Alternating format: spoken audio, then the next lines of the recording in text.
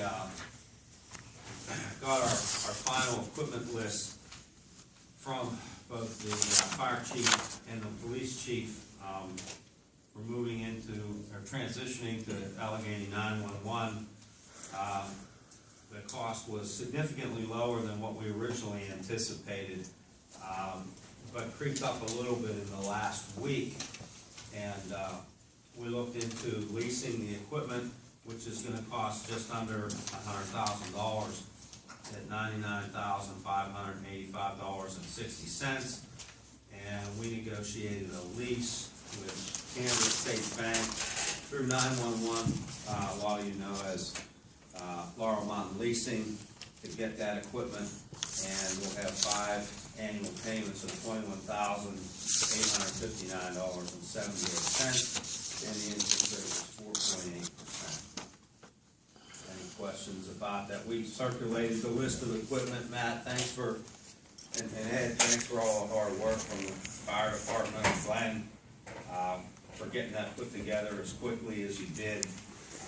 That was kind of the last piece, or the big piece of being able to transition. I know a lot of the other work was done, and now it's a matter of waiting for the equipment to come in. And I don't know if anybody wants to talk about what you guys did with the 911 people at Allegheny County, and what's been done. You're free to tell us about it or not. Well, from the fire department's perspective, we've gone through, we've taken our response manual, we've expanded that out, put it into, given it to them. That's in the CAD system, so we're now officially on the CAD system. The county also does a text paging through smartphones, so they now have all the firefighters that wanted to get that. The county now has that list as well. So as far as the county's concerned, we're pretty much ready to go. I just talked to Dan Schack today. He emailed me all the IDs, because all our radios, the portables, the mobiles, they have to have an ID that gets transmitted when you key the mic. So the first thing that goes out when you key the mic, it sends out an ID so that they know who's keying the mic. And then I think it ends, the last thing it does is he sends an ID. So he's provided me with all those IDs today. Once we get all the equipment in, we have the portables are in the office. Once I get the mobile radios that I need, we'll get that all programmed at one time, rather than trying to pay them once to come out and do it and then have them come out again to do it. I want to give them the whole shooting match at once and get it all done. So that's where we're at with that. The MDTs are ordered. That's the one that may be a question of if they're going to be able to be installed and people trained on how to use them before April 1st. Well, as far as April 1st, I don't think that's going to happen. That was a target date. I think, given the circumstances that we had, we did good. I already spoke to Alvin down at 911 and said I don't think that the April 1 date is a feasible date at this point, but we'll keep plugging away, and the date will be whenever we're ready, and not any time before then. So that seems to be moving along. I did have a couple questions. Did we resolve how they're gonna pass through calls that are non-emergency type stuff? Did we get that figured out yet? I've not discussed that with them. They will prioritize their calls to us. If it comes at a later time, that's kind of what they do. That's what we hear now with other departments. And what about, we did put in the tax bills a red notice that said if you have an alarm system that's currently ringing to us, that it's going to need to be changed. So at that point, when we have that target switchover date, how are we going to let people know that those alarm systems are going to need to be changed as of that date? Glenn, I believe we only have one that actually rings to our desk right now, right? It's the lady from Briley Lane, who hers has been in trouble mode for a number. She was here, right? Yeah.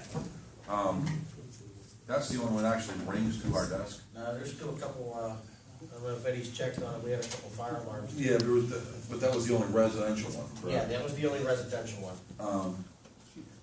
The other ones, I they have to switch with the ADT card, whatever they have, they have to make sure their provider knows after that certain date, don't call 7300, call the county number. Yeah, now, if there are only a handful, are those people then that we could just contact directly, we know who they are? Yeah, we should be good, as far as our alarm panel, everybody else that's already using, per se, Guardian or Protection Plus or whatever, if it's my understanding that if they dial that 7300, it should be automatically forwarded to county.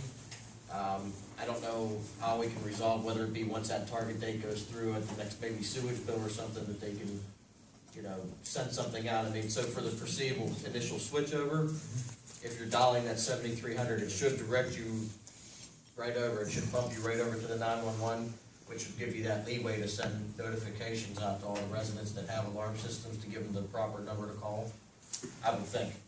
The high school doesn't have a set up. The high school's just a direct line to the borough building. I'm working with the school district on that now. The high school's also an automated, I think they're not going through a monitoring station, that's an automated recording, I think the call is, isn't No, it? they're They've changed that? gonna go with, they're gonna have to go with, I've advised them to go with the monitoring. Yeah, they're going to, but right now it's an automated, which the county doesn't accept, so the school district has to change all of theirs over, bless you, go to a monitoring station, so that there's actually somebody on the other end of the phone that picks that up and calls, dials the county's 10-digit number. Hey, Harv, I don't know if the administration building up at the Longfellow, up at Longfellow, they used to have a direct dial. We haven't gotten an alarm in a while, so I don't know. Right. But a direct dial down there, and they don't accept those type of calls in county, where it was just a recording letting you know that the activation at the administration building is Right. going off. They don't accept those type, so I don't know if that's something you would have to work on with the board, whether you're gonna have to get an actual company or a monitoring service to do that. But Okay. they don't accept any recorded call. Monitoring is about $25 a month. Pardon me? Monitoring is about $25 a month. On average. Okay, so we'll put this issue on. Anybody else have any questions about the transition? I have a question. When you said you key the mic, there's an ID that goes right through that. Every single mic we have gets keyed. They know where it comes from. Yes, And where radio comes from. yeah, what radio it comes from, All portables, everything. yes. Yeah. We currently have that now, but we really haven't been tracking the IDs, but with the county, it's all recorded. Ours is recorded here, but that's, that when you key the mic, and it's unknown, unseen, it's unheard. Right. Just you key it and that ID goes out, so they'll know, we would know. So at the end of an event, let's say you had a fire event, you could get some kind of a printout of everything that happened. Yeah, I don't know if they can provide that, but, Yeah. It's recorded somewhere. yeah, it's recorded somewhere, yes. And their whole thing is, because right now, part of the thing with all these IDs is I had to provide them a list, not just of the radios that I have, but also if an individual person is gonna be carrying that radio, who that person is, what title they have, and that radio has that ID and it's kind of assigned to them. So like I have an ID number that's gonna be assigned to a portable that I will carry. So if I key that mic, that number comes up, they know it's me. So if somebody gets in trouble, That's right. right, Somebody says something on a radio they ain't supposed to say, the radio's coming from, and you can pin them down.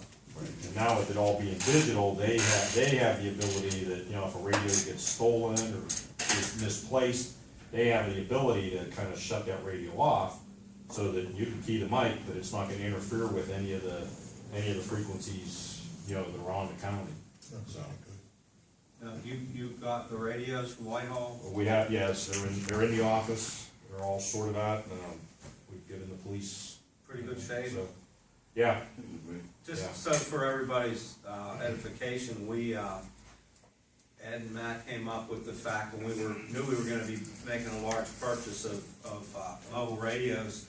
They happened to find out that Whitehall Fire Company was divesting of about 52 portable radios. And we got them for, about 30 cents on the dollar? yeah. It was the condition of the radios and all the equipment we got, the deal of the century. We got the deal of the century. Yes, we did. And it saved about $18,000 or $19,000 off the original list of equipment. So, Saved a ton of money for the borough, we appreciate it. So we'll put that item on for next week. Well, the one last thing, Mr. Lloyd, was the Knox system. Oh, yeah. You know, the Bureau of Fire, we use what's called a Knox system, so our businesses that have a fire alarm system that don't have somebody on site 24 hours a day, 7 days a week, are required by the code that was passed by council to have a key secured, a key to their building secured outside their business. We have a master key that gets us into that, so we can open that up and get the key, get into the building, do our checks. Whatever the idea is, it saves somebody from having to drive an hour, you know, maybe the person is an hour away to come in. Or breaking the door down. Right, we're breaking down the door. The way our current system works is we call our dispatcher, they punch in a code downstairs, it sends out a signal lock to the box that's located in a particular vehicle.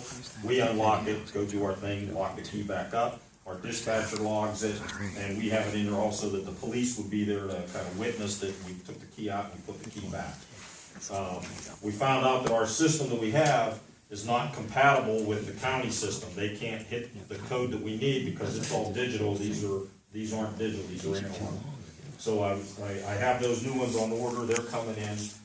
They should be in, they might even be in. I don't know if they came in They're in the today. office downstairs, but Okay, I'm so they came in today, because we were gonna do it with just keying the mic, punching in the signal on our portable radios, but we would lose the security that goes with that somebody could just get a portable radio, key that code in, and, you know, they got access to that key, which gets them into any of those businesses.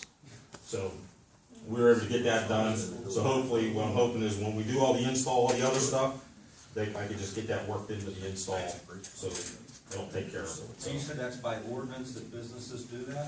Right, If you have a fire alarm. Yes, yeah. If you have a fire alarm If system. you have a fire alarm system, and it's not, you don't have somebody on site 24/7, it is an ordinance that Munhall passed, 8 years ago, 9 years ago. Mr. President, I have a question too, Yes. for Matt. Now, who should the businesses and homeowners contact if they, you know, about their alarms that they have, their private alarms? Should they be contacting Their the alarm fire? company. Yeah, Their alarm company. Yeah, they have a private alarm, that's who they should be contacting, it would be them.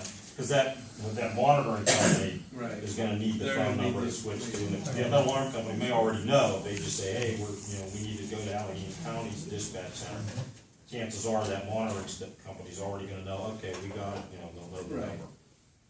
So, if I can ask our papers, you know, just to put a little blurb in their articles, if they're the right one this time, to say, hey, if Munhall is going to be changing to 911, if you haven't done it yet, please notify your alarm companies. But it's very critical, because if they don't get that changed over, and there's an issue with that forwarding that number downstairs, the 7300 number down to the county, your fire alarm, your burglar alarm system's gonna go off, it's gonna dial, it's gonna dial the monitoring company, they're gonna call 7300, and if there's a problem there.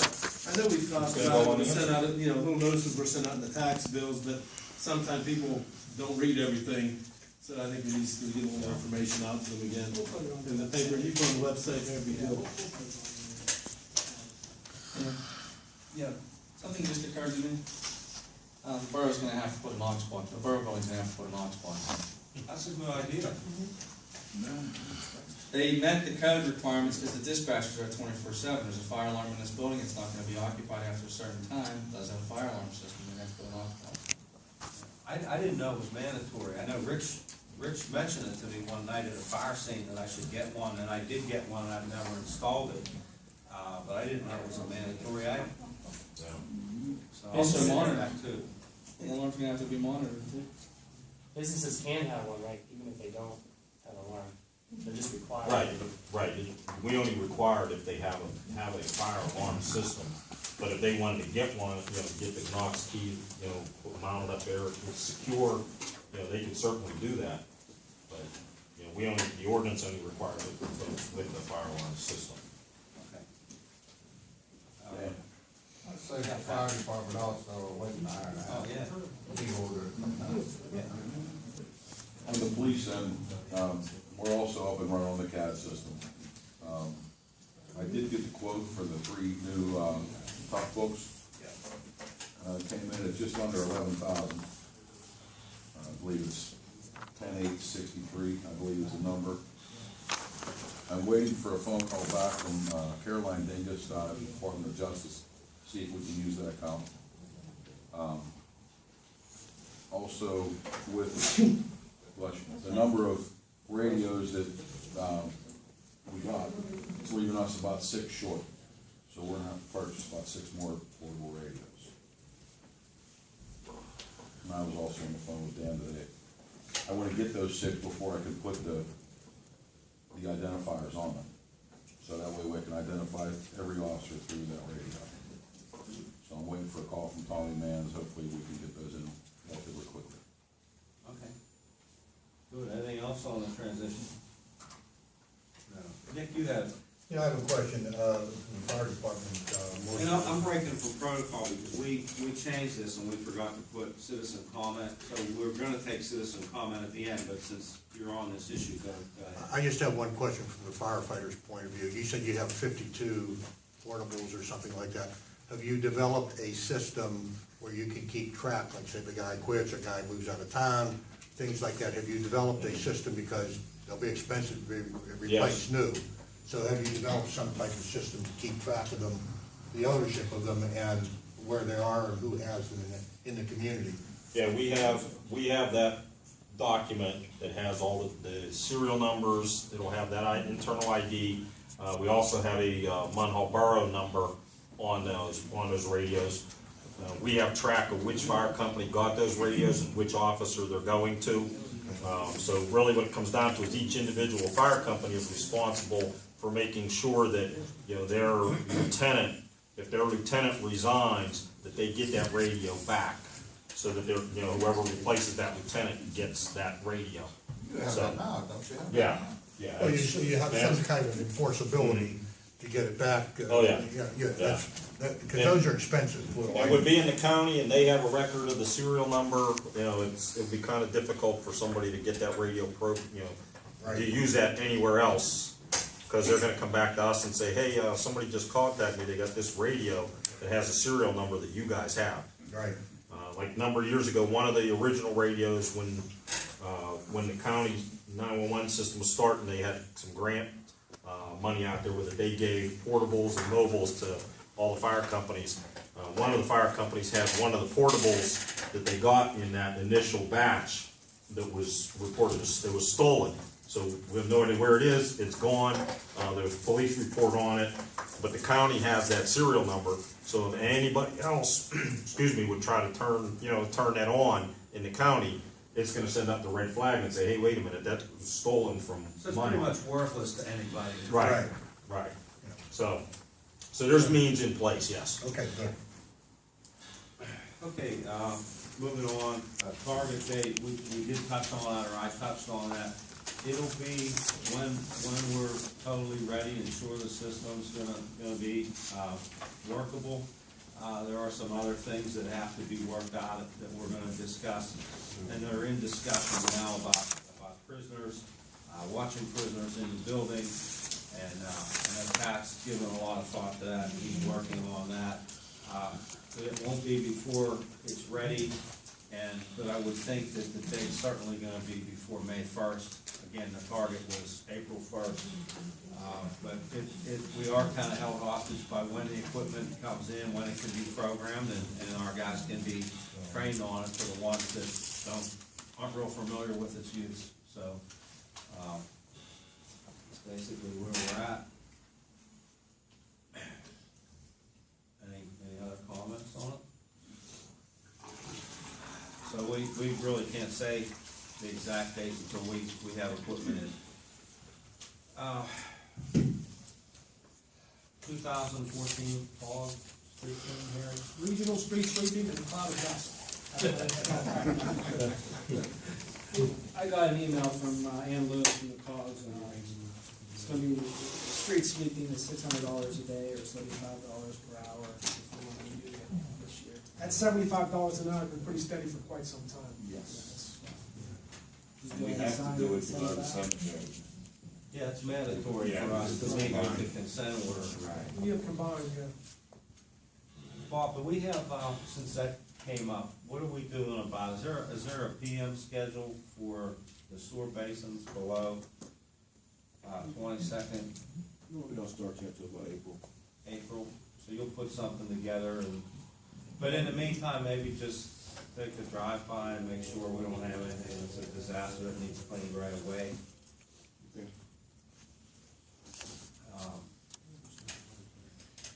Since the cog came up, Rick, you said you wanted to talk about the cog, so why don't we do that? Well, residents that were at the finance meeting, they asked, what do we get from the COG? And I said, I really don't know. So I wanted to bring that up for discussion on, with the counselors, they can inform me and the people. So, you know, I understand we're getting a COG truck here for $75 an hour to sweep the streets. What else do we get? Well, that's in addition to our dues. This is a separate deal. We pay. Oh, yeah, we pay for That's this. what's up. Well, I'm sure they might charge someone more money if they weren't a member of the COG. I don't think they do it for anyone that's not. Yeah, I don't think they do it for anybody. I don't think anybody else. We have 2 board members of the COG, I mean, who's on the COG? Right now, there's a talk about, combining the few calls together and, make it a one, Twin Rivers? yeah, Twin Rivers and, Shake Off. Rich wants to know some of the services we get through the COG. I'm not real familiar with all of them. You guys have, did you tell? We got our police cars, that, those two dogs, and all of them, Through the Steel Valley cog? No, we're talking about, we pay $30,000 to the Steel Valley cog for a dues fee now that West Mifflin's out. And then in addition to that, I think we pay an additional $6,700 for I think it's $23,000 was the fee. the fee, and then $6,700 for bench pension and health benefits that we pay for them. Okay. So it's about 30 grand. And your question is, what do we get for 30 grand? Right. We are getting the CDBG money. That was for the demolition. Well, yeah, but that's federal money. That's federal, but They're they're the ones doing who the handle it, paperwork, right? they're actually, they're doing the They're paperwork. funneling through the COG, that's all. They funnel it through. We have gotten some grants. The one grant we got for the playground, 12th Avenue playground, 19th Avenue, that came through the COG. But we still had a copay with that too now. The big thing they're working on right now is land banking and trying to get properties back onto the tax rolls. I think you guys had a meeting, I think you had that with Boomer. We did. Yeah, okay, but that's one thing they're working on also. And they're doing studies, I'm not sure if it's Carnegie Mellon. They have somebody down there now that they're doing studies. Brownfield people. The Brown, yeah, right, and this is with all 3 COGs now. It's just like, Steel Valley COG, it's Turtle Creek Valley, excuse me? Somebody else? I thought somebody else was saying. Yeah, I mean, it's like 3 COGs now, that's joining together, trying to figure out an easy way. And there is no easy way in Allegheny County to get a property back onto the tax rolls. You have to go through, sheriff's sale. Well, there is another way, there's a couple other ways that we're looking at now. And one is, the state's developed a new program called donation.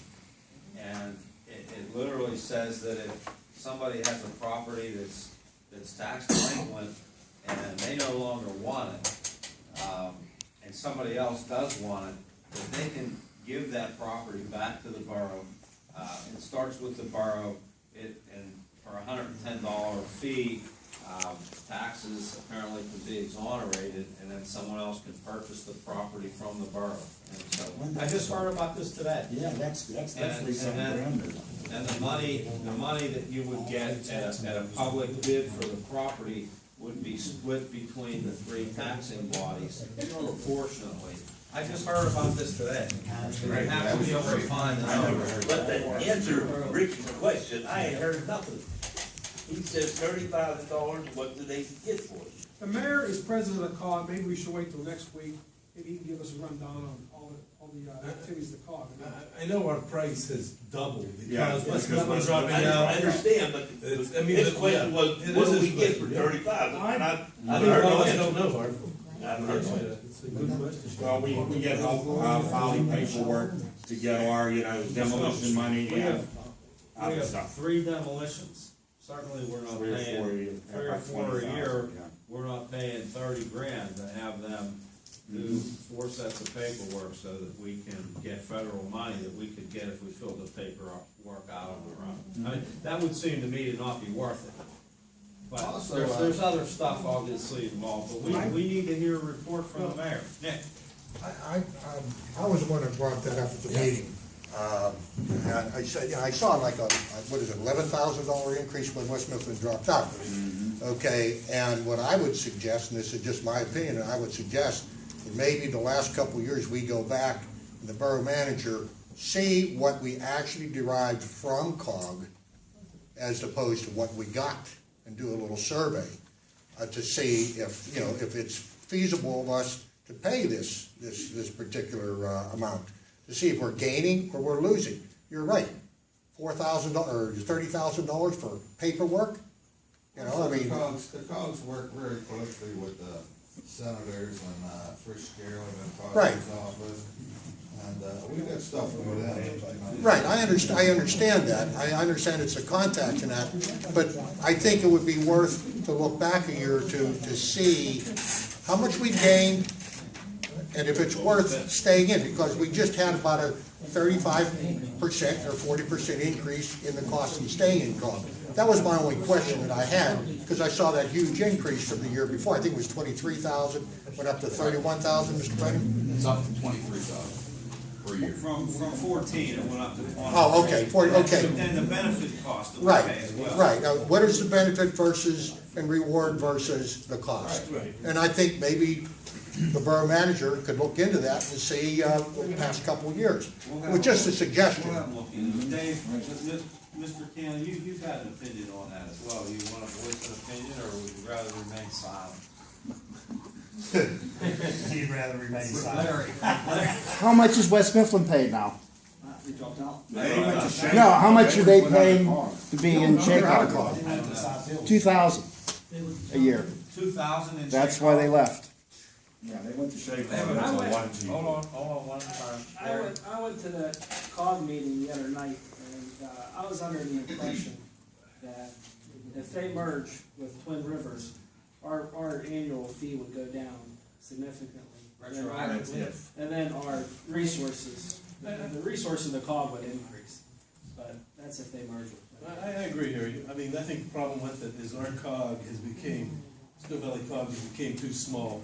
They need to get larger again, where we're not paying $30,000 a year, and we get our, fees done, and we get the same benefits for a lower price. Well, for instance, the We Shaycog, got too small. the Shaycog has a buying group. We actually buy our salt Of Shaycog. through Shaycog, because they get the best price, because it's volume, they have so many communities. They also bid a trash contract with about 15 communities on it, again, best pricing.